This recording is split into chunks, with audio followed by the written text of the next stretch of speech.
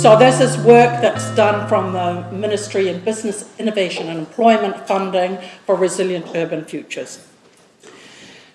So we were particularly, one of the strands of our work is to look at neighbourhood renewal, and we had funding from the International Relationships Fund to go and look at renewal in Europe, and as I'm rather peripatetic, it includes some examples from the USA too.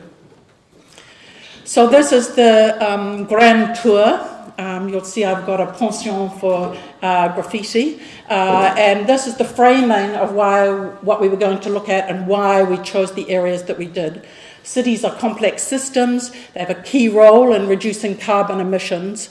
Buildings and infrastructure are critical for sustainable low-carbon cities, which of course Wellington is aspiring to be.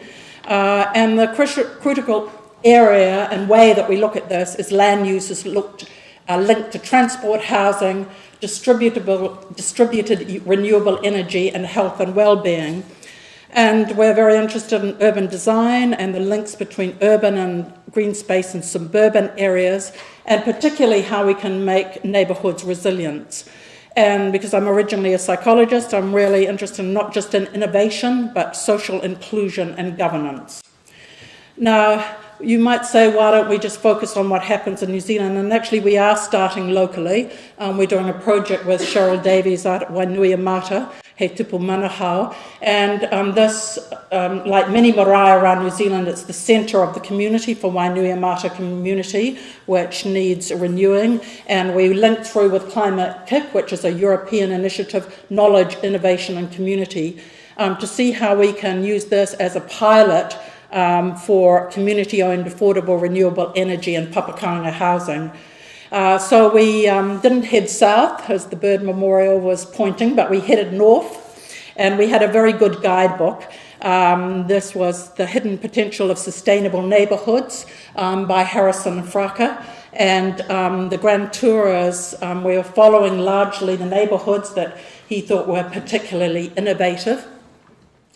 And I can recommend this. You can borrow this from us if you want to. And this is going to be really quite a rapid tour. And I've written a report that's up on our website, which is at the end, if you want more details of it. So, a history of European cities. Of course, European cities are historically fortified for security, and people in housing on the outskirts are able to retreat to the city centre, rather like people in Kainga retreated to the Pa if there was an unfriendly tribe coming. Now, the city-states are central to the development of nations in Europe, so they have always traditionally had more power than they had in New Zealand. The urban neighbourhoods tend to, in modern Europe, tend to follow this pattern with housing around a square or a green space, a strong realisation that fresh water, food and the disposal of waste to ward off disease is actually very important, and that public space is critical for social, cultural, economic and health reasons. This is an old castle we visited. Things are very cramped and tight. In Geneva, where I worked for the WHO, the city starts at the hill usually. This is looking out from the cathedral, and you can see the tightly housing around the side. So whether it was the Gauls attacking or the Romans, people could retreat up into the central part. Now, this is in La Grande Place, or the big marketplace, as it's called in Brussels, Belgium, and you see this is a square, and with a place for a market in the centre where lots of young people gather, and it's interesting that they almost always form circles. And in La Place des Vosges in Paris, France, and we've got 3 students with us from Les Écoles des Ingénieurs, and so you'll recognise I put in some slides for you. The same pattern of a square, a protective square with green space in the middle, which is actually one of the early state housing development that we have on the way to the airport. It follows the same pattern of a village green and the housing round. But one of the things that the Europeans do extremely well is that they take, in these city centres, there's always place for children. This is in Paris again, Paris playgrounds. And interestingly, in Copenhagen, where we were, the kindergartens are integrated with housing, unlike New Zealand, where we squash them between a branch of either an industrial area or a branch of a highway because nobody wants children beside them, seemingly. Here, it's very much integrated. Okay, the Europeans have moved much faster and further than we have in explicit strategies to encourage cities to be low carbon. They understand the rapidity of climate change. They've already had a number of effects: extreme heat, cloud bursts, which caused a huge amount of damage in both Copenhagen and Stockholm. The emphasis on infrastructure for safe, attractive walking and cycling, and they understand the importance of public transport. They understand about compact, energy-efficient housing. If you go out too far beyond the city walls and take the good arable land, then you're going to starve if there's a famine. They have, just across most of Europe, subsidies for solar PV on residential houses. And the government has put lots of money into this innovation, climate kick, knowledge, innovation and communities, which we're trying to start up in New Zealand. Now, there's one place which brings it all together and is closest actually to what Wainuiomata is, called Lomboknet, but which links one of the small neighbourhoods, links solar PV on top of the school, links it through to the house where the man runs his business, and he has an electric vehicle outside. We've made little videos about these things, and that's going to be on our website. So we looked also at some small-scale distributed energy too. So there's a big emphasis on walking, and you see some lovely footpaths and parks and in roads, which make it fun to go and help to make the place. Even when there are lowering skies in places like Brussels and Netherlands, there's big subsidies for solar PV. The climate kick reuses a lot of industrial sites. This is an old gas tank for the Green Garage in Berlin, and outside you can see they have a urbatricity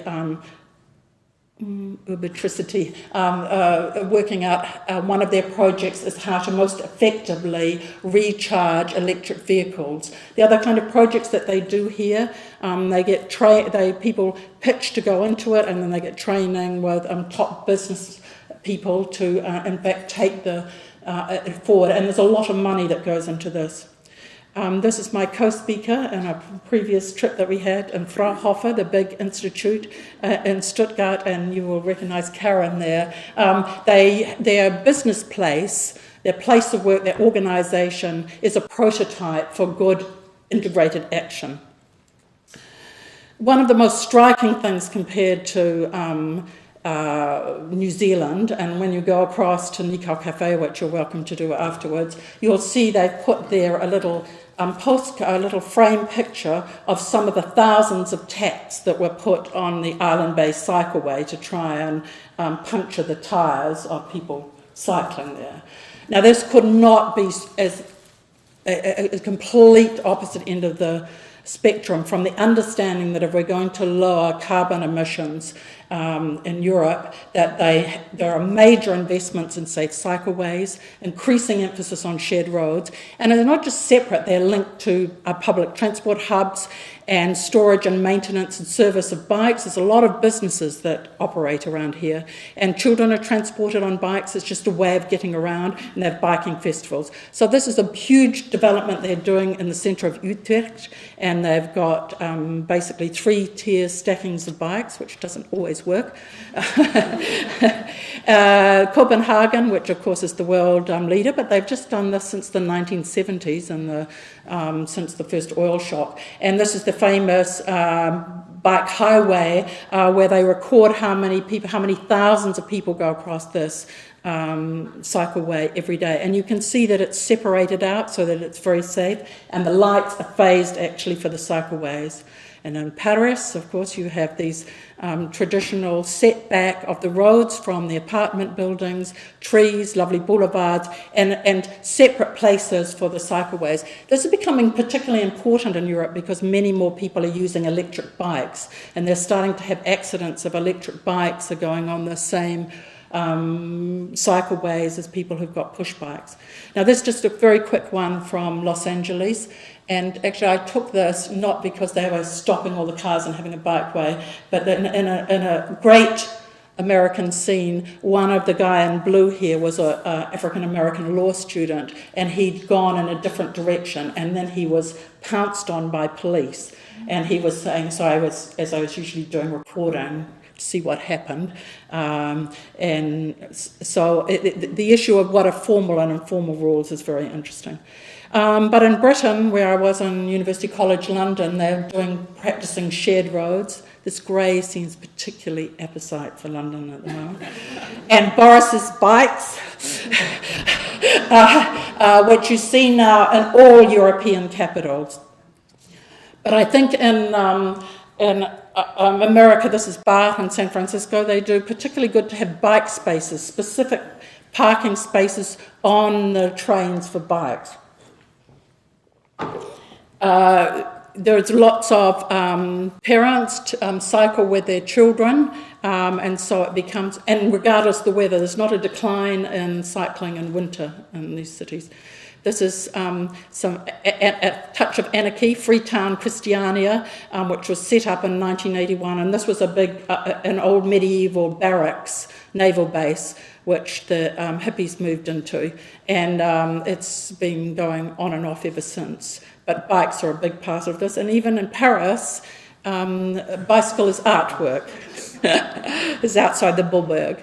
Okay, so linked to active journeys, there's also effective, attractive public transport, and light rail is evident even in medieval European cities. This is I'm going to show you a picture of Lausanne. So the argument that somehow we can't fit light rail in our suburbs is bizarre. The light rail is shared with cyclists and walkers. The tram drivers ring their bells, and also the railway stations aren't sort of some down at heel place. They are impressive sites of public art and modernist design.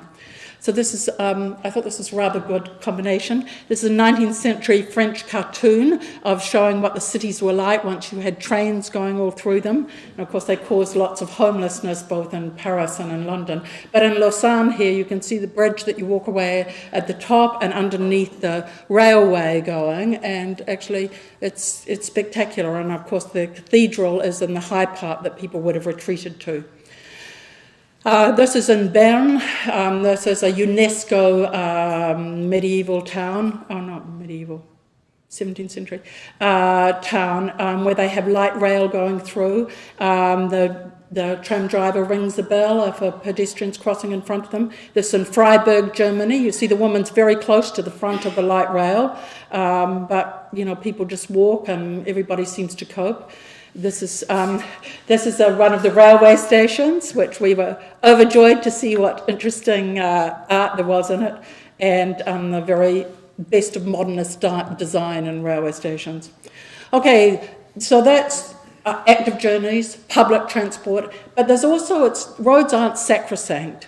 There are no minimum parking requirements in many urban areas, and there's also time-based rules to exclude cars. Now this is just where we lived in Geneva, and twice a week they closed the road and we had these wonderful markets, and I have the best tagliatelle, what are those things called? Tortellini that I've ever had, came straight up from Italy with lovely mushrooms in them. And so then it would last most of the day, and then it would be cleared away and it would be a road again. Wouldn't this be great? This is also just around the corner from us. The cafe owner hires the parking spot, and the people have a drink after work. So it becomes, the road isn't sacrosanct, it's an extension of the road for a place for socialising. And this is an Italian area of Geneva, and just around where we're from, with very high rates of smoking, I might say. Okay, the issue of subsidised affordable housing, which is a very important to me and our group. Most city apartments, they're not distinguished obviously the banlieues in Paris, there are some exceptions, but in many parts of Europe, city apartments have a mixture of tenancy, subsidised housing, private rental, subsidised rentals, private rentals, and home ownership. Many of these apartments adjoin large estates formerly owned by the wealthy. Well, of course, the wealthy is still with us, aristocrats. The Scandinavian countries tend to rely more on progressive tax system than separate subsidised housing, but these compact developments are often sites for car sharing and electric vehicles. Now, just to remind us that I'm very proud of what we do in Wellington. City Housing does some fantastic transit-oriented development. We've got a great example of renewable housing here, which has won many architectural awards. This is one in Finland, which picks up the local vernacular colour used really nicely. Of course, it's glacial area, and they use the big glacial boulders set nicely so it actually catches the sun. And now I'm going to look at some of the places where we actually had tours, not exactly in the area, the sequence in which we went them, but to highlight area. Many of them were set up when there was an opportunity for a festival in Kronsberg. What was the? Expo, that's right. They needed housing for the Expo, so they were going to make it a demonstration project. And this was very impressive. We had an urban planner there who'd spent most of his life doing that. Gosh. Okay, one of the things they do very well, she's my minder, is have swales where, because they've had so many big cloud bursts, they design how to slow down water in these apartments, and you can see here the same pattern of areas around that then have playground in the centre. Lots of photovoltaics. There are lots of windmills around. Most of these places are almost totally renewable energy, and the playground here highlights that. We went to Augustenberg, which was refurbished from where it was in the 1950s. Very strong community involvement. They have a specialty in green roofs with the photovoltaics actually being cooled down by being on green roofs. The next ones, and my second to last ones, are neighbourhood renewal in grey areas. Now, this is something that dawned on us halfway through. It's much easier to do bigger developments, and most of these have got about 1,000 households in them, if you're in old industrial sites, which of course a lot of Europe is post-industrial. Although the decontamination is very expensive, they often rely on key events like the Expo, Millennium projects to provide an impetus and timelines.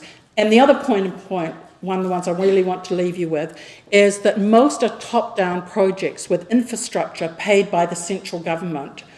For example, the one in Sweden is the Swedish National Board of Housing, Building and Planning. Wouldn't that be nice if we had one of those? But it's managed by city councils, and the apartments are built by developers, and they compete to see who can be the most green. They are very good about using infrastructure. These are oil tanks converted to apartments in Copenhagen.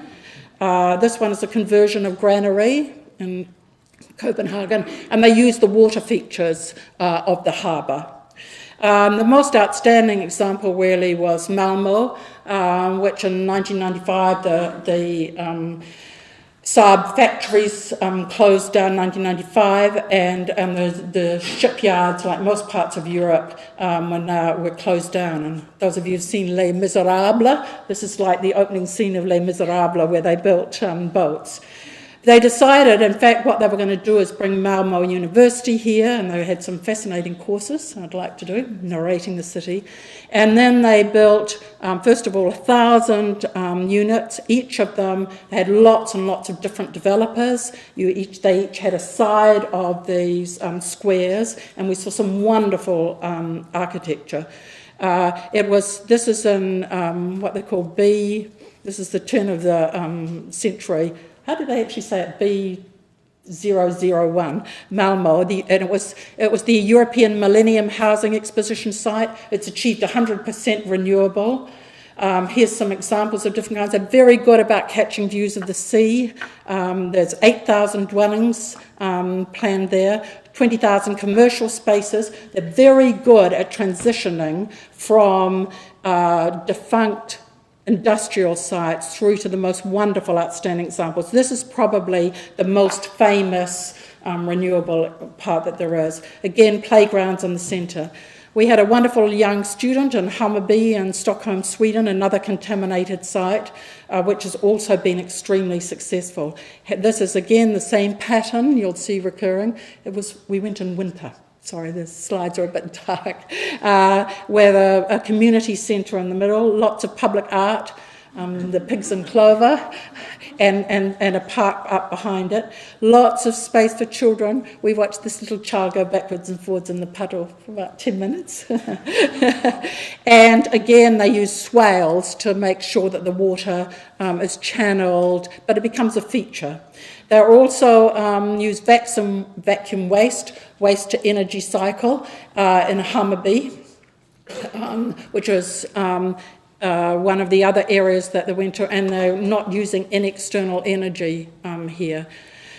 We did go to London, but we were pretty unimpressed by the Olympic Village in London, unlike the other ones which were of a scale and were an emphasis, where this goes around all four sides. You can't see anything outside of the square.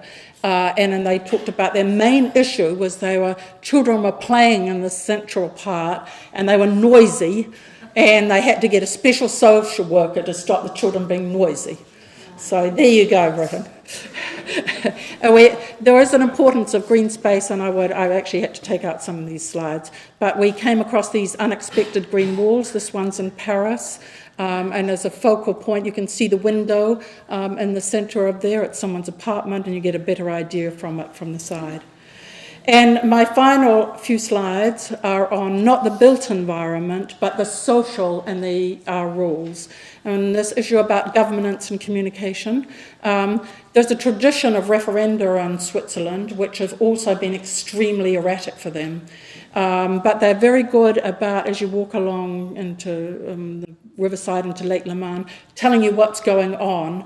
And many people use these billboards as advocacy as well. You see, they were doing ones, they didn't like the French because they park on the other side of Geneva and put air pollution. So they're trying to saying, don't pollute our commune, and they were trying to work out minimum wages. But you see this as you go for a walk, and there's lots of public discussion.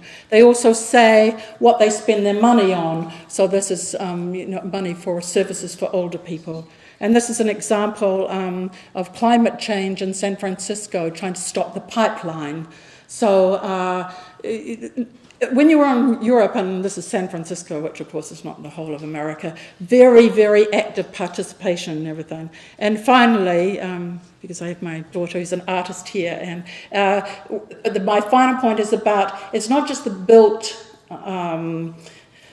structures, but public art that affect public values. And this is an example from, wonderful thing from Franklin D. Roosevelt.